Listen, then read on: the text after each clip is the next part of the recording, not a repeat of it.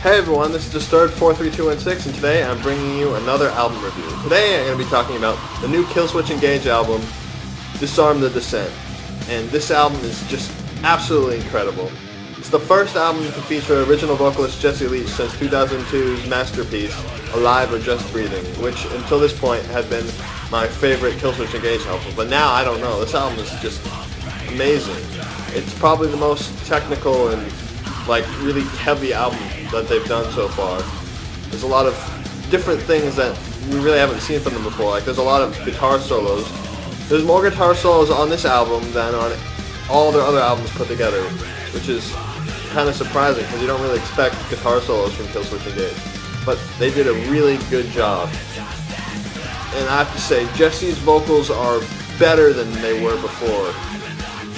Like, on their first album they were still really good, but we haven't really seen him in a while. And now he's back and his vocal styles improved drastically. Overall, the album sort of sounds like a combination of their old stuff when he was in the band, combined with the Howard Jones era music, plus his other band with the guitarist Adam, Times of Grace. It's sort of just like a mashup of all that stuff, and it works really, really well. Now, all the band members are excelling more than they've ever have before. Like, Adam and Joel's guitars are really a lot more tight and just brutal and intense. I mean, it was like that before, but now it's just, they really know what they're doing now. It's amazing. Joel's drumming is even better than it was before. He's just an absolute tank on those drums. It's incredible. And then, what I like about this album is Mike's bass is really, really audible, and that's something that I like to hear, because sometimes it's hard to hear bass in some songs, and it just takes away from it, I think. Now, let's get into the tracks. I'm going to go through all of them, unlike in previous reviews. I haven't really dug into all the tracks, but every track on this album is just absolutely amazing, so I really just want to talk about all of them. The first track, the opener, The Hell in Me, is just a great album opener. It has a really awesome and just brutal intro, and the guitar riffs throughout the whole thing are just really heavy and really awesome. And layered on top of that are some great lead guitar melodies and some great singing melodies from Jesse. It's just, I love this song. Next song, Beyond the Flames, has really, really awesome lyrics, and just the singing and screaming is blended really awesome on this album. On this song. It's really good. It's not the best on the album, but it's still one of the really good tracks. The third song is the second song they released before the album, called New Awakening, which has some really great riffs and guitar melodies and really awesome just screams and singing and gang vocals. It's really cool. And it has this really, really awesome guitar solo. It's short and to the point, but it's just really, really awesome guitar playing. And overall, the guitar and the entire song is just really incredible. Definitely one of the best tracks on the album. The fourth track is the first single off the album, which they released back in February, which has since become one of my most played songs on iTunes, In Due Time. This is one of my favorite songs on the album. It's just really, really awesome riff, and in the beginning that just really gets you hooked, and then it just destroys you with this great verse, and Jesse's vocals are just amazing on the song. It's probably his best vocal performance on the album. And then it cuts into the really, really awesome chorus, which just has some great vocal melodies, great guitar melodies, and I really like it.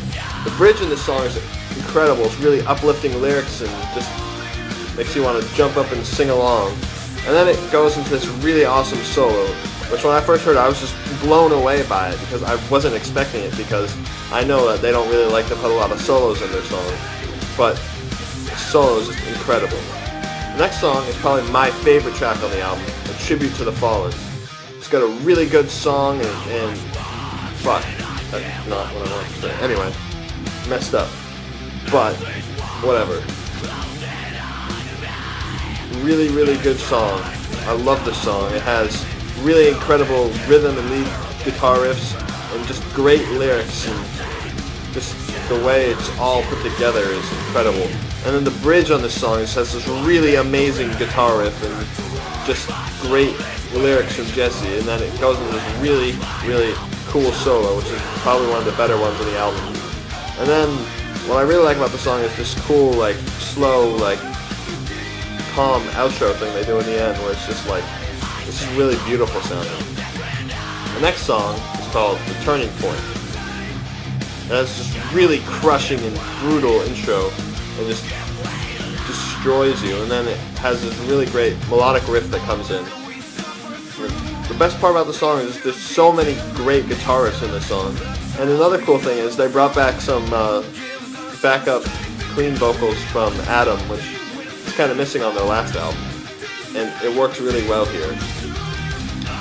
And next song, You Don't Bleed For Me, has really great lyrics, and it has this really cool like spoken word bridge in the middle with like clean guitars, and it sounds really cool. The next song is called The Call, which has some of the best drumming on the entire album. Just really, really fast drumming, and it's just great. It's probably Justin's best drumming performance that I've heard. And it also has some really, really great vocal melodies from Jesse. The next song is called No End in Sight. Now, this song was the first song that was to be released from this album. Well, not really, but there was a demo that was leaked unintentionally by the band, or some, I don't really know what happened. It was leaked early, and a lot of people posted it on YouTube and stuff. There's kind of a little controversy about that. But it's changed a lot since that demo, and they've just added a lot of stuff to it and make it a lot better.